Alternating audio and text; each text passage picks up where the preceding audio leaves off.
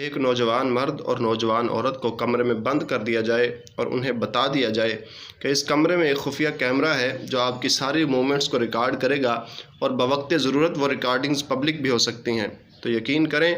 اس خوف سے کہ کہیں میں دنیا کے سامنے لوگوں کے سامنے رسوا نہ ہو جاؤں، کوئی غلط حرکت نہ کرے گا۔ حالانکہ اس کیمرے میں فنی خرابی بھی آ سکتی ہے، اس کا ڈیٹا ڈیلیٹ بھی کیا جا سکتا ہے اور وہ کیمرہ وداؤٹ کنیکشن بھی ہو سکتا ہے، لیکن اس کے باوجود ہمیں اس پر مکمل یقین ہوتا ہے۔ یہی تنبیہ ہمیں اللہ تعالیٰ نے قرآن پاک میں فرمائی کہ خبردار اے لوگو، تمہاری ساری حرکات کو، ساری موومنٹس کو لمحہ بلمحہ ریکارڈ کیا جا رہا ہے، تمہارے بازوؤں پر فرشتے مقرر ہیں اور